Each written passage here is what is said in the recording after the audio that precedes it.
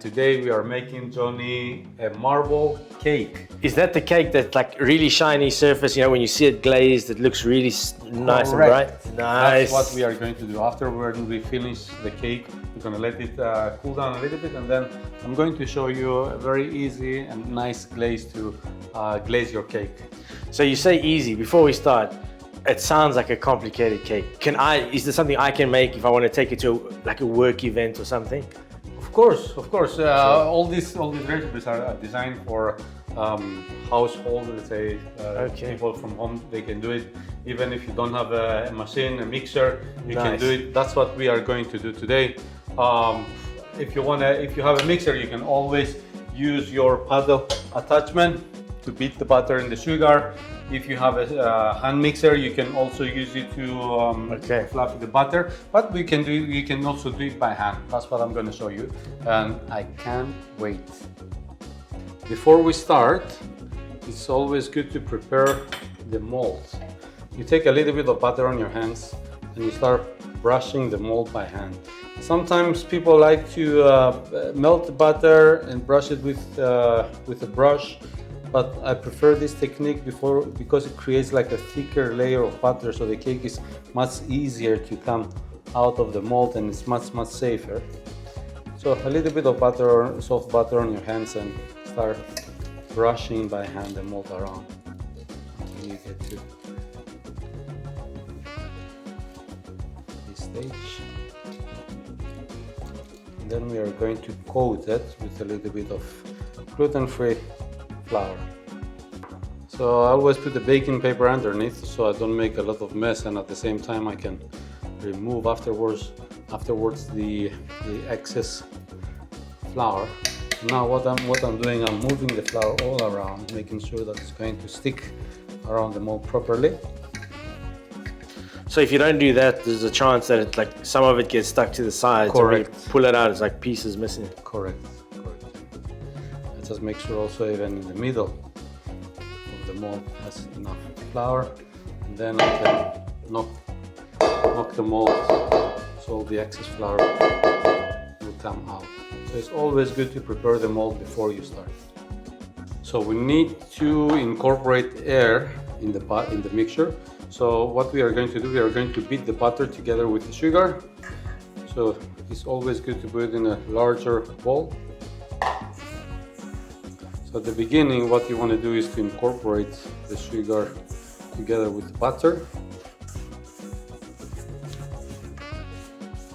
So I literally just need to make sure that all the sugar is in, there's no lumps or anything. Correct. And on this stage, we can also add the honey. The honey is optional, but it's going to help to retain moisture inside the cake. So it's always good to add a little bit of honey. Does the honey taste come through quite a lot? A little bit, John. Yes, a little bit. Good point. Is there an alternative to honey? So if I don't like honey, is there anything you can try and? There are some alternatives, Johnny. It's like invert sugar, but it's not easy to find in the supermarket. That's why we prefer to add the honey. So now you're holding the spatula firmly. You don't have to twist it or anything, and you just beat the butter. It's going to take a while. From time to time you have to clean a little bit the sides, bring the mixture again inside the bowl, and keep on beating it. What you want to see is that the butter from yellowish it start becoming white and airy, fluffy. It's very important the butter to have it on room temperature, so I would advise you to remove it from the fridge for maybe an hour or half an hour, because it's easier to incorporate air in the mixture. Will it have the same look if you're using it in a hand blender or? Yes, it will have the same look. So you keep on beating it for about 5 minutes. And now you see that the butter is light and airy, and it starts turning a little bit whitish. It's ready to continue with the wet ingredients. I have the eggs here, and because you want to add little at a time, it's always good to whisk them a little bit. You can add it little at a time.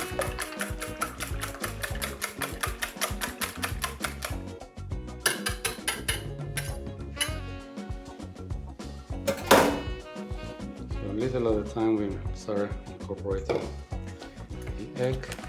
If you add it all in at once, you won't be able to incorporate properly and you're going to lose the aeration from the butter. So little at a time. Does it matter how long you take to put the whole egg mix in, or can it just be on your own time? On your own time, Tony. But once you see that there's no more liquid, then you continue with another batch. If you were making a very big recipe, it wouldn't make any difference if you were just adding one whole egg at a time. Sometimes in the industry we add even more, but we are talking about like 20 times the recipe. And this recipe, roughly how many people do you think could eat?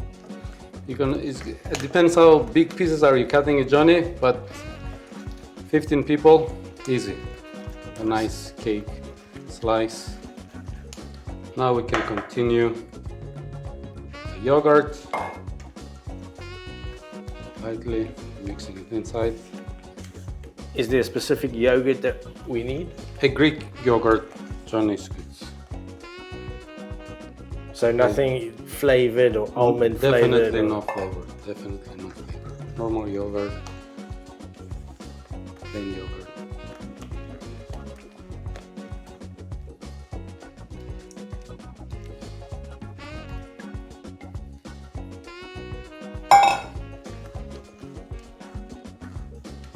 And then we are going to follow with our dry ingredients. Can you just put them all in at once? Do you need to make sure it's... You can put all at once, but before that you need to take care something, Johnny. Here we have the gluten-free flour, and if you don't know how to do your own gluten-free flour mix, you can go to the description below and you can find the recipes that we have on another video, how to do your own gluten-free flour mix. We have one for breads and one for cakes. That's what we have here. But before we continue, it's very, very important to add the baking powder and you sieve it. Very important, guys, because sometimes the baking powder, it creates small lumps, and believe me, you don't want to be the one that finds this lump when you eat the cake. Is it super bitter? It's very, very sour, very unpleasant. Very unpleasant. And we can also add the xanthan gum. Xanthan gum is the one that is binding the butter together, the cake together. We add vanilla sugar as well, and the dry ingredients. And now we're folding lightly. So the whole time the aim is just to keep it quite bubbly. Sorry, Johnny? You want to keep it really fluffy, right? Yes, especially on this stage, you don't want to stir very fast because you want to keep the aeration of the cake.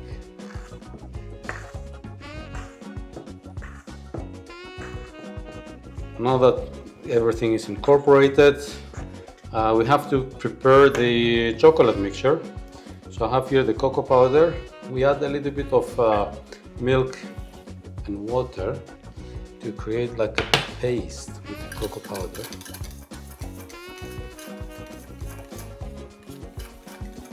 Some people, they like to add directly on the mixture, but I always do a small mixture here, like a paste, so it doesn't make the mixture too thick. We take about 1/3 of the mixture and we're adding it on the cocoa powder mixture. It smells amazing. And again we mixing it lightly until you have a nice chocolate flavor or color.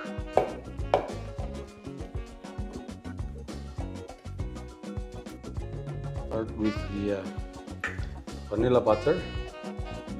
And I'm putting it around the mold, little at a time. So you want to basically layer it, right? Correct. Okay. Is that what gives it that sort of streaky, marbly effect inside? Yes, I prefer to make the marble effects later on after I add the vanilla butter inside. Mm-hmm. So make sure that I move it a little bit around to have the same level. And then I'll put the chocolate butter mixture in a piping bag. It's much more convenient to fill up a piping bag when you have like a measuring jar or something. It's going to help you to add the mixture inside safely without making mess around the piping bag. I would never in my life have thought of that.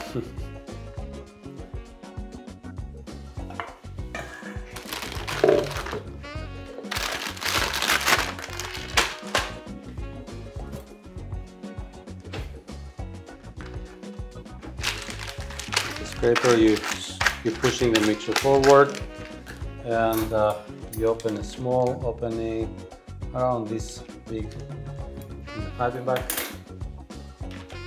Now what I do, it's very important when you're piping to twist the piping bag at the end of the mixture.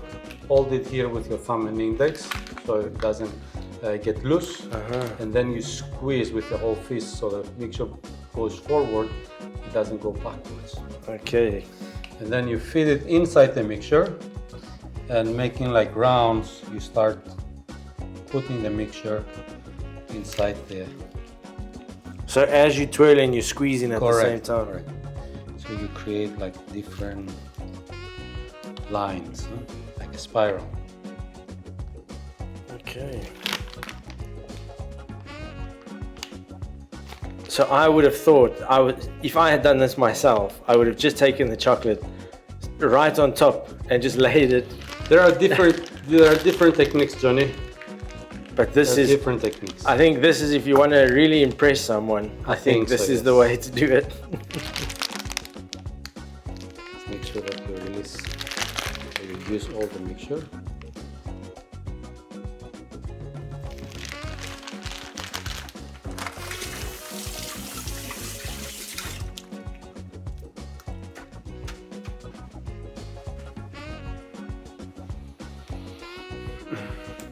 Now you can use something pointed. I usually use my thermometer to create kind of like a swirl around the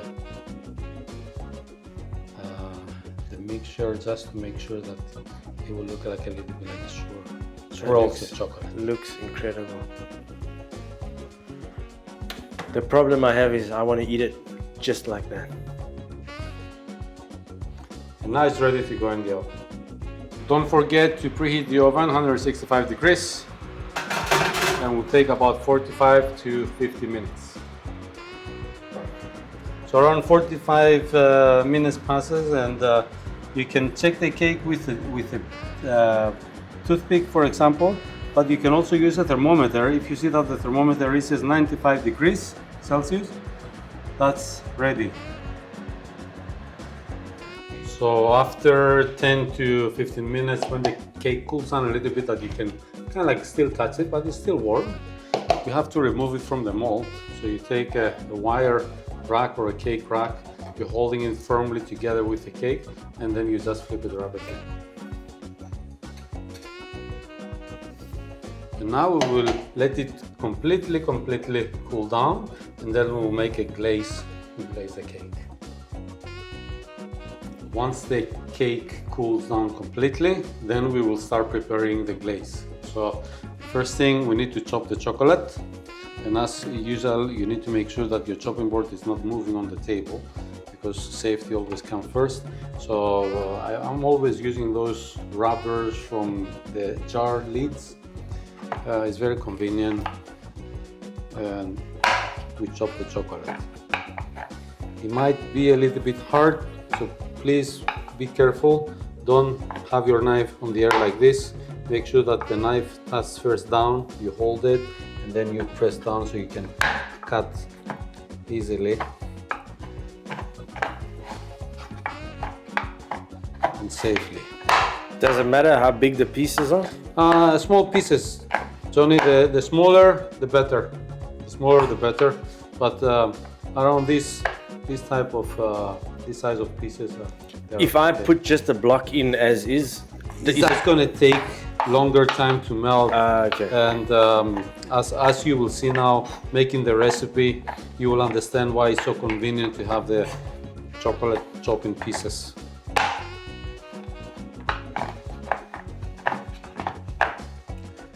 Transfer the chocolate into a small measuring jar because it will be easier to emulsify it with immersion blender. So it's always good to have it on a measuring jar. And here we have the cream, and in the cream I'm adding the glucose. If you don't have glucose, you can also replace it with the same amount of honey. But it will turn your ganache a little bit sweeter. The glucose, what basically does in the ganache, it doesn't let the sugar to crystallize. Therefore, it's going to keep the ganache for a long period of time shiny and smooth. In a medium to high heat, we bring it to a gentle boil. Make sure that you stir under the glucose so there is cream also under the glucose, because sometimes it can also burn, especially if you have a big amount of glucose. For this recipe, it's okay. So we bring it to a gentle boil. So gentle boil, do I look for a little bit of bubbles? Correct. When you start seeing bubbles coming up, Johnny, then you know that it's ready. Like small ones, right? Yeah, yes. When you see that it's just about to come to the boil, you can turn it off. And now we adding the hot cream to the chocolate in 3 steps. Very important, in 3 steps. Why 3? Because if you add all the cream, the hot cream in at once, it will overheat the chocolate and will force the chocolate to release the fat, and it will just make the glaze a little bit grainy afterwards. It will feel in the mouth very fatty and grainy. So in 3 steps, we're adding the cream inside the mixture.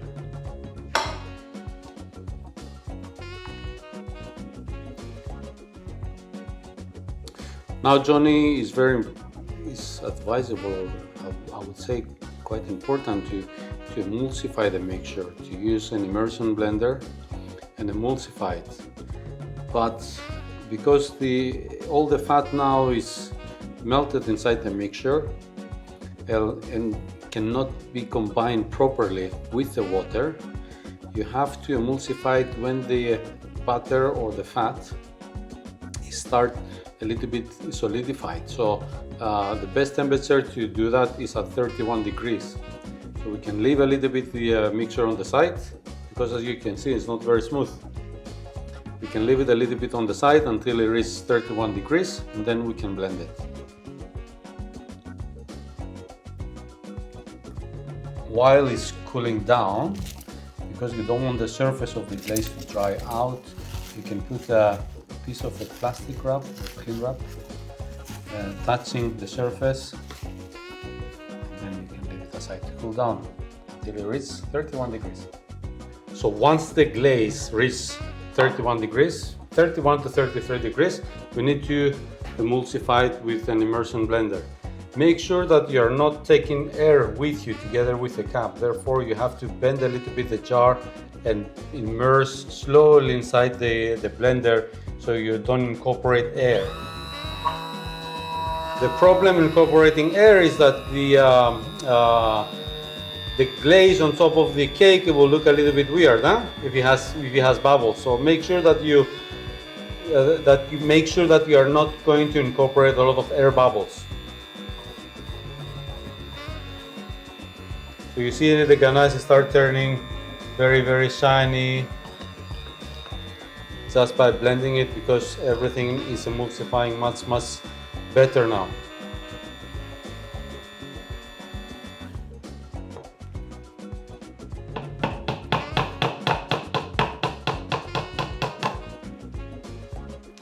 You can put a plate under the wire rack so you can collect all the leftover glaze, which I would advise you not to throw it.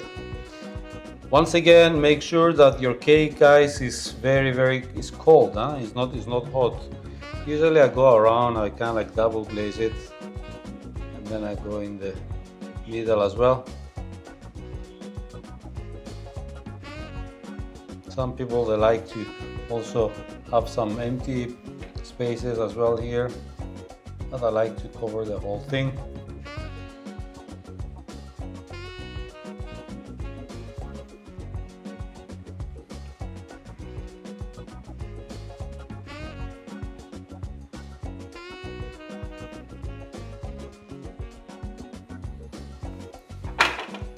You can shake a little bit the tray, so all the leftover ganache will run down. And now you have to wait a little bit until it's set, and then you can transfer it to a plate. Now we transfer it on a plate, and we can definitely serve it as it is, but I like to split some hazelnuts in half and decorate with halves of hazelnut. I like the way they look, and at the same time they're giving a very nice crunch to the cake. So you just put some abstract half of hazelnuts. Can you put any type of nut on? Any type of nut, John, that you like.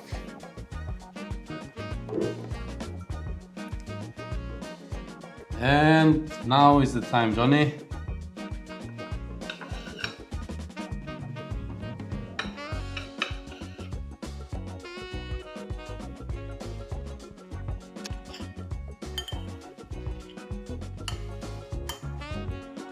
Perfect.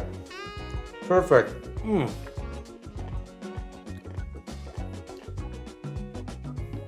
Can you tell that it's gluten-free? You cannot. You cannot tell Crazy. the difference. It is chewy. It is not dry at all. You taste the chocolate. Again, as someone who eats chocolate regularly, I approve. This is amazing. Not very sweet, right? No, it's everything. For someone who can't eat gluten, it's the perfect alternative. That was the marble cake. So stay tuned for more gluten-free videos and more. See you soon. See ya.